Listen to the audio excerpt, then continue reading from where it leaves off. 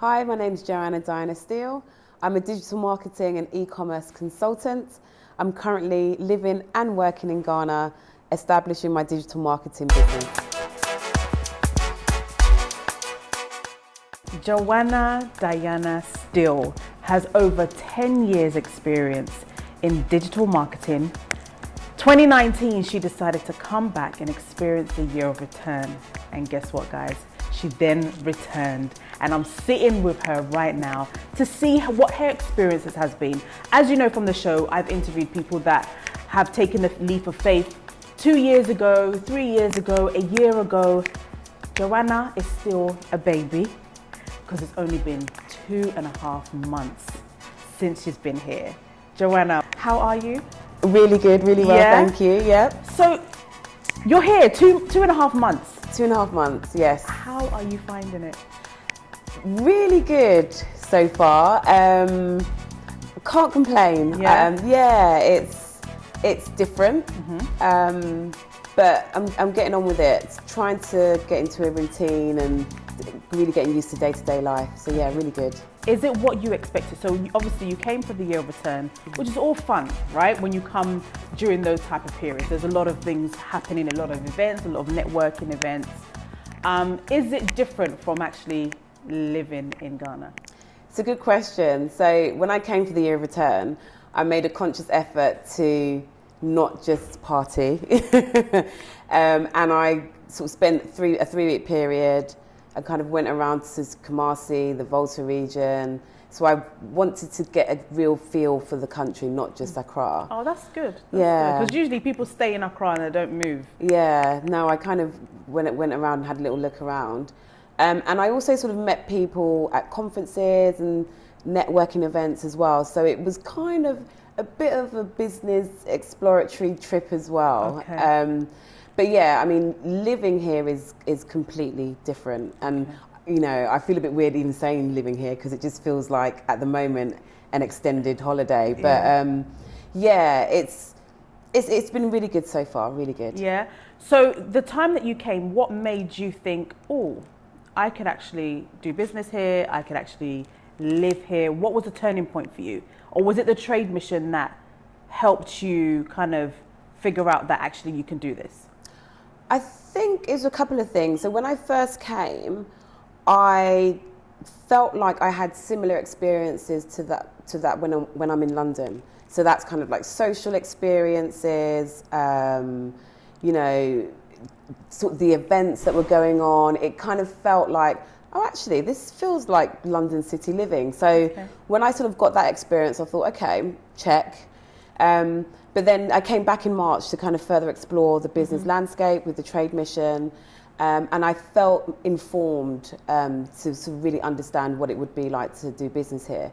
And just sort of in my network, I sort of know people that have sort of made the jump and have made a success of it. So that's always sort of, that always helps to kind of convince you, or at least to make you think, actually, I can do it too. Okay. So then, you know, you've decided to move, right? And what did your parents and your family say? Did they say, you okay, Joanna? Well, I mean, to be honest, so my parents are no longer here. Okay. And I feel like, you know, I feel a bit alone in that sense, right? When you don't have your parents. As grown as I am, you always feel that them not being here, that, you know, you feel a bit alone and just a bit alone. And I don't want to say an orphan because that sounds a bit extreme, but you do feel like that. And so I kind of feel like because of that, I can do anything. If I'm still here and I can still, you know, live a good life and still be quite happy, despite not having the kind of close contact of the important people in my life, I'm still able to kind of live and move wherever in the world. And my sister and sort of my other family members, they've just been really supportive. And I feel like I'm trying to sort of get them to come, at least to visit. You know, with the idea that whatever I establish here, that I'll be able to involve my family and friends at some stage as well. So they were supportive when you told them, look, guys, I want to move to Ghana for a while and see how it is. they were supportive? They didn't say... Yeah, and I don't think it came as a surprise to them, because prior to that I'd done a 6-month sabbatical. Okay.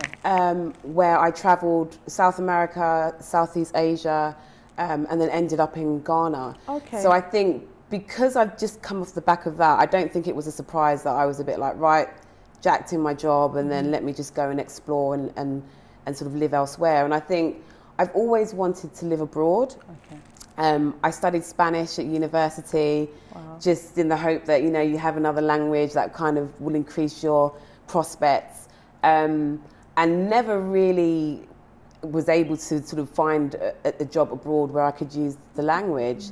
But I think it was because I was really focused on, you know, working for a company, not thinking that actually I could still sort of work for myself abroad, right? It didn't have to come attached to working for a company to be able to work in a different country. Tell us about life in the UK, how that was and things that you were doing. So life in the UK is great in lots of ways, right?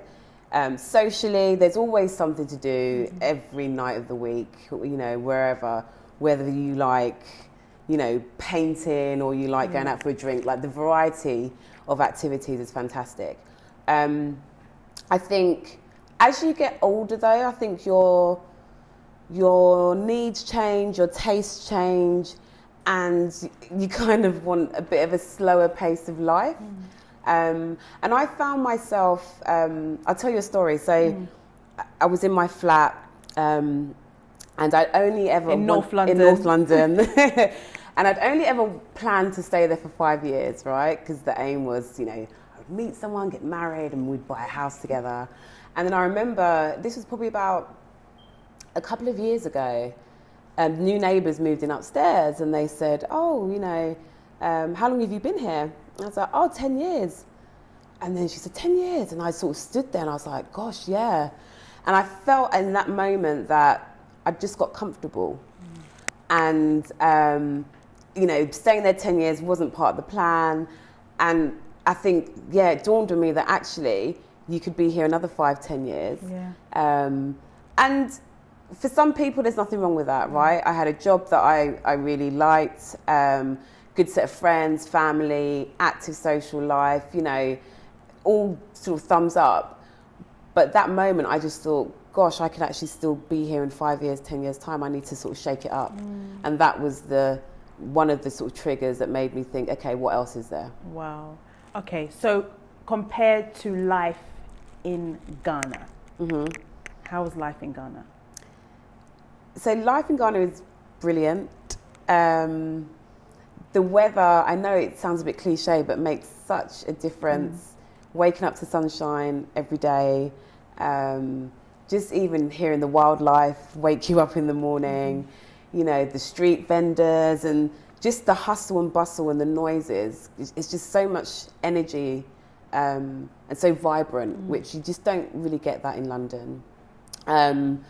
And loads of places to eat. Loads. I wasn't prepared for that. So it's like, yeah, just every restaurant going, local, otherwise it's just crazy. Finding a new sort of restaurant every day. I think as well, it's very, I wouldn't say anything goes is not the right word, but it has a bit of a more relaxed tempo. Okay. Which I think is so needed. We just rush around all the time, and you know, I think COVID has made most people sort of slow down and sort of take stock and really appreciate what's around them. And I feel that the communities here do that more because there's less pressure. I feel there's more sort of work-life balance. I mean, I went out to a party on a Sunday. I would never do that in London. Because you're thinking about Monday morning. Because you're thinking about Monday morning and the knock-on effect it will have to your week.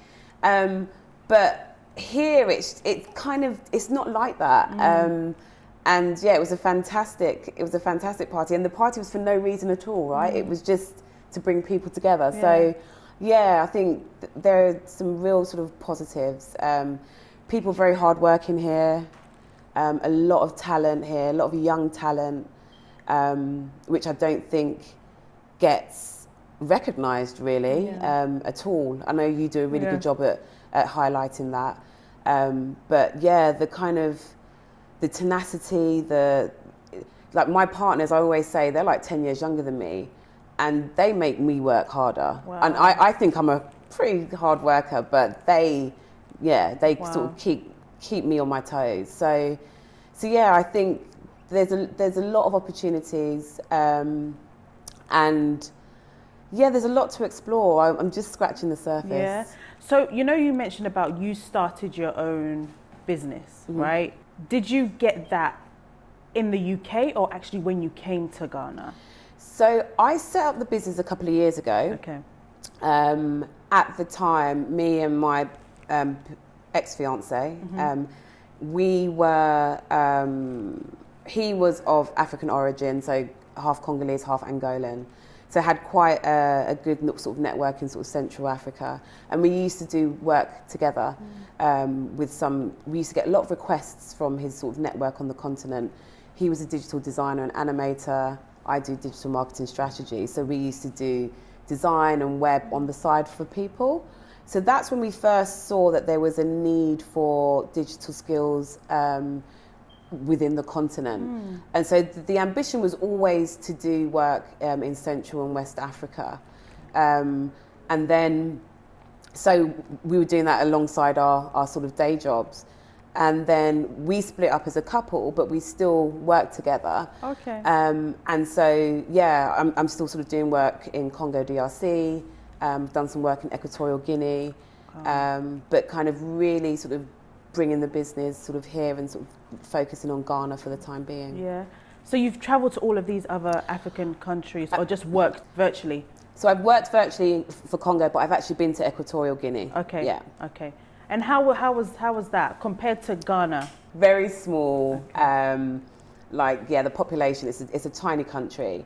They speak Spanish, so that worked well for me. But yeah, not much to do at all. Very small community. There's like 4 places that everyone hangs out. But yeah, nice enough, beautiful enough, but just doesn't have the vibrancy and the kind of, tech ecosystem anyway, and business ecosystem as I think Ghana has. Yeah. You mentioned at the beginning that you always wanted to live on the continent. Was there any particular country, or was it just this Ghana that was drawing you? Was there any other countries that you were thinking of going to? Yeah, so I've always wanted to go to South Africa, and also Kenya as well. And I feel now if I'm sort of stationed in Ghana, the aim is to do a lot more African travel whilst I'm here. So one of my partners, he's from Togo, so we're trying to sort of plan that trip in over the next couple of months. It's not too far from here. Not too far from here. That's good. All right, so we're going to go for a commercial break. When we come back, we'll talk about doing business here, how you're managing with that, positives and negatives of living in Ghana. You're going to open up and tell us everything? Yep. Okay, all right, we'll be back after the commercial break. Imperial Homes Ghana in Great Britain has carved a niche for itself within the real estate industry as the premier provider of luxury homes in Ghana and England, with a mission to provide safe, good value, modern housing and personalized estate management services to its clients and customers. All our homes meet the Lifetime Home Standard, as well as the highest standards of engineering excellence, safety, environmental sustainability, and cost efficiency. Imperial Homes, a signature of luxury.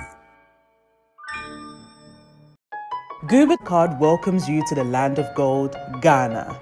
The Guba Card is a unique loyalty card which gives you the opportunity to enjoy discounts of up to 40% on goods and services. You enjoy discounts of the best of hotels, amazing restaurants, beauty lounges, spas, health centers, fashion houses, and shopping centers in Ghana. The Guba card can also be used as a prepaid Visa card with Access Bank, our partners, offering you conveniences on all payment platforms. Applications is safe, secure and valuable. Call us or WhatsApp us on 0245 156 705. Visit www.goobadiaspora.com. Gooba Card, the best discount card in Ghana. I'm still joined by Joanna, who is sharing her experience 2.5 months in Ghana. And now I want to talk to her about, how do you see the tech space in Ghana? How do you see that? Because you've been, you were nominated in 2017. Yeah, for a Tech Woman award in the UK, which recognises emerging female tech talent. Fantastic. So yeah, I always say that I'm a digital person, not a tech person, because I see the two as one.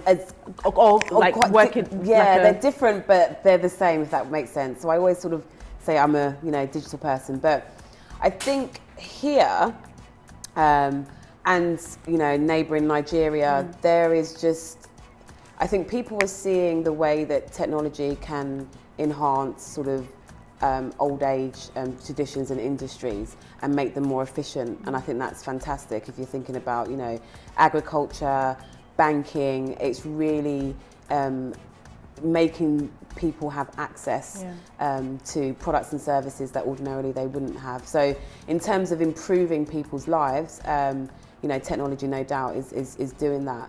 I think as well here, if we're talking about Ghana specifically, there's a huge increase in the number of people who have access to the internet, mobile adoption, more and more people using social media. And so brands are going to have to think of innovative ways to sort of communicate and talk to those customers online and on digital channels. So, and we're seeing a lot of organisations who are looking for that talent.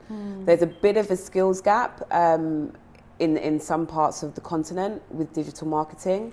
You either have people who are relatively quite junior, sort of intern, or you have sort of people that are sort of at the top, but sort of middle management in terms of digital marketing, that kind of, there's a gulf there in that talent.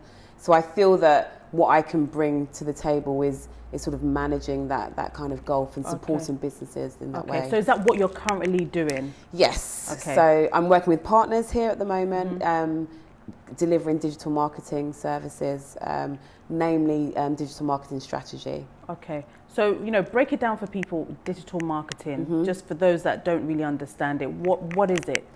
Essentially, it's how you communicate and sell your products and services using digital media. Okay. So social media. Social media, website. Email marketing, websites, applications, SEO, CRM, sort of, all the different facets that you can use in which you communicate with your customers. Okay. And what's your name of your company? If somebody wanted to get in touch with you in terms of getting somebody that's an expert in digital marketing, how do they contact you? DIMAXdigital.com. Okay. That's my business called DIMAX. DIMAX. Why the name DIMAX? DIMAX, it's kind of like taking digital to the max. There you go. It's a bit tacky, but it works. It will stick. It works. It will definitely stick in your mind. Definitely stick in your... Okay, so you moved, right? I want to know about the first week in Ghana. How was your first week like? So when I first came, I stayed in an Airbnb for a period, about 3 weeks. And I came with a videographer because I was shooting some content for my ad that will be released in a couple of months' time. So literally... What's the ad about? Tell us. It's just basically talking about my services. Okay. Yeah. And so the first week, literally, we had a 2-week window for which we were going to shoot. And so we were just shooting. So it was very intense, just getting models, actors, reaching out to businesses to get to enable us to film in their spaces, etc. So to be honest, the first week or two, I didn't really experience the country because I was just working. Okay. And then sort of, it's only been, I would say, sort of since Christmas where I feel like I've kind of, now I kind of know what's going on and how it feels to be here. First 2 weeks, more relaxed working and everything. how did you know where to kind of live? So obviously you moved from the Airbnb. How was it finding a property? Good question. So when I've been here before, I've stayed in the Osu area, and then a lot of people said when you go back, stay in East Legon. So I stayed in East Legon in the Airbnb, tried to negotiate, staying in the Airbnb a bit longer, a discounted rate, didn't work with my budget. And then I used my network. So I've got a lot of people that live here or worked here, sort of said I'm looking for an apartment. And I also used Mikasa.com. Oh, Mikasa. Yeah. And sort of spent about a week, 3 or 4 days, looking at various places all over town. Oh. So that was pretty intense. So are you still living in East Legon? I'm still in East Legon, and ironically, like the next road to my Airbnb. Oh. Yeah. Oh. Yeah, so that was lucky. How much are you paying? Because I want people to put in perspective of the type of budget that you need when you're coming down to Ghana. East Legon is quite a high, when you compare it to London, I would say maybe, would it be Chelsea? Yeah, some people say Chelsea, Chelsea, Mayfair. I've heard someone say Swiss Cottage. I don't know, but it's quite expensive. Basically, it's like in apartments, houses. You see big houses in those areas. So in terms of your budget, how were you able to manage that? I mean, before moving out here, I kind of was really strict on, this is what I'm prepared to spend each month on rent, electricity and food, etc. And so I already had an idea on, it has to be within this range. Okay. So my current place, I pay in the equivalent of about £500 a month. Okay. Which is okay for the time being. Is it 1 bedroom? It's a 1 bedroom. Okay. And it's pretty central. East Legon is quite central to quite loads of different places within Accra. So, but I am going to be moving probably a little bit further out because I want a bit more space. Okay. And what area? Good question. So I quite like Kwabanya, but I feel it's a bit too far. Okay. Someone mentioned Oyarifa. Oyarifa. Oh, Yorifa. Yeah. There you go. I haven't been there yet to know. A Jinganor. Okay. A Dentaa. Maybe. Okay. But yeah, I don't have to worry about that for a couple of months. But I do want to move a bit further out to get more for my money, basically. Okay. And did you have to pay 2 years advance, 1 year advance, 6 months advance? How were you able to negotiate? Yeah, no, I didn't, because that again was another thing that everyone kept saying. You've got to pay a year in advance, but actually, it could be because of COVID. I think maybe landlords are being a bit more flexible.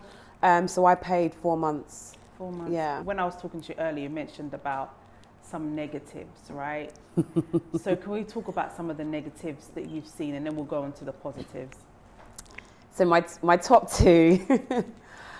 Everyone talks about the traffic, which is a bit of a pain, but for me it's more the driving. I feel like the driving is just not very safe, and sometimes you try and put your seatbelt on, the seatbelts are not working. It's just a bit so I always feel like it's really tense when I'm in a car. In the Ubers and the Bolts, telling drivers to slow down, it can be pretty intense. So that's one of the not so good things. And also the power cuts. Okay. Yeah, I've been documenting that heavily on my Instagram page. The other day, 24 hours without power, which was tough. Wow. But you survive, and I think I was kind of making I felt like I was making a mountain out of a molehill, because I was like, oh, it's still not on, and everyone's like, oh, Jan, it'll come back, because everyone's used to it. Yeah. And I've heard stories of a few years ago, it used to be 1 day on, 1 day off. Yeah, it used to be. This is good. You're in a good time. That's why everyone's just like, Joanna, don't worry, it'll come back. So I think we've talked about this before. It's not just not having electricity. I think, my phone is my everything, right? I make payments, I travel with it. And so when that kind of had no juice, I was a bit like, oh my God, what do I do? Yeah. Unfortunately, my apartment block doesn't have a generator. Okay.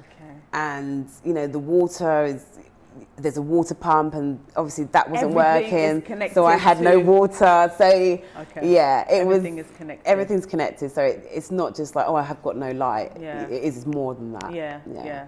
Okay, so those are the only two things that you think are, and it's not something that would bother you for long. Yeah, it's funny because I remember speaking to my sister, and when I said to her, 24 hours, she's like, she could never do it. Like, she was adamant that that is enough for her to not be able to move somewhere or do anything. Yeah, and I was a bit like, okay, different strokes for different folks, right? But yeah, it didn't have that much of an impact for me to think, oh my God, I've got to run back to London. No, good. Okay, positives. I think generally people are very pleasant. So there's a community feel. So I feel like I know people on my road, and I'll say good morning when I'm going for a walk.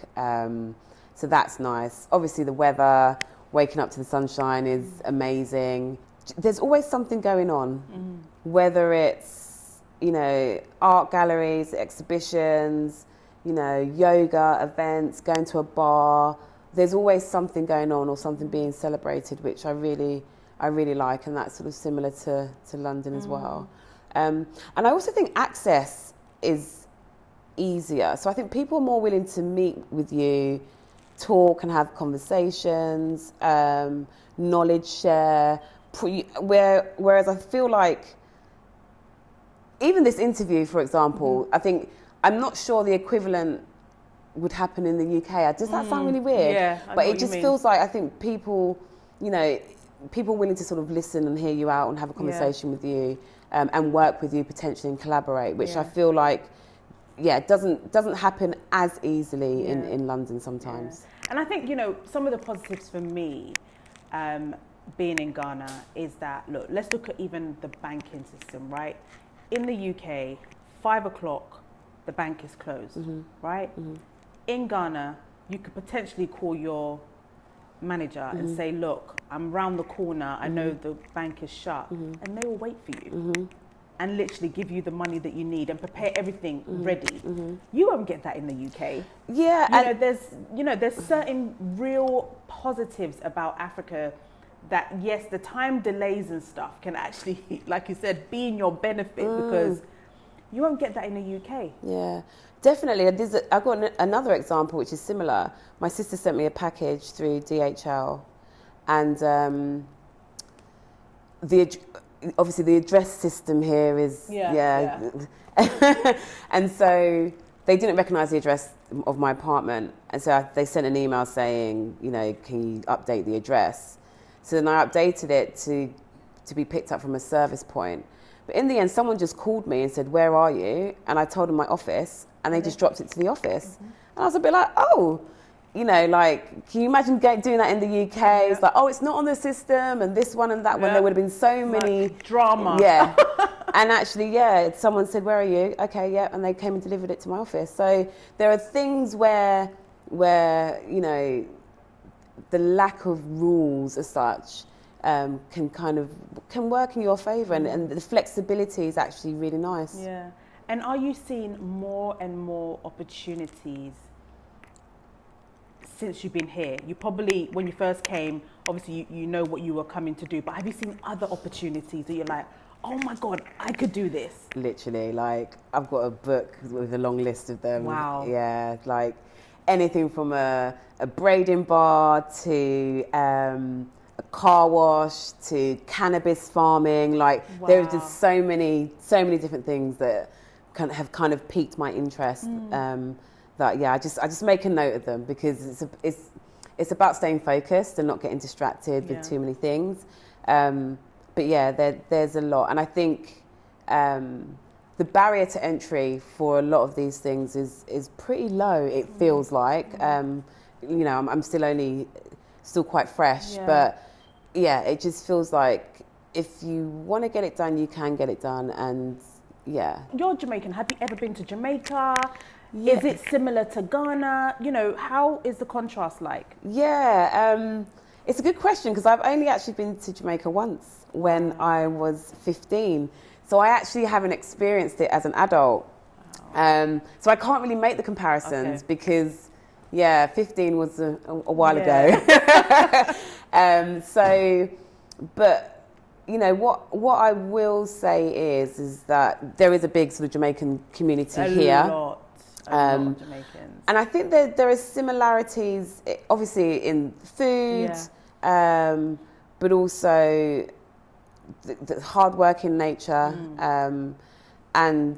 and party, like no, it's you know. true. So yeah, I feel at home. Yeah, you feel at home. That's lovely. Okay, so words of encouragement for somebody that's in the UK in the cold right now, freezing, and you know has thought about coming to Africa or Ghana, but still like, should I be going? What would be your advice to them? It sounds cliche, but just do it. Okay. Like,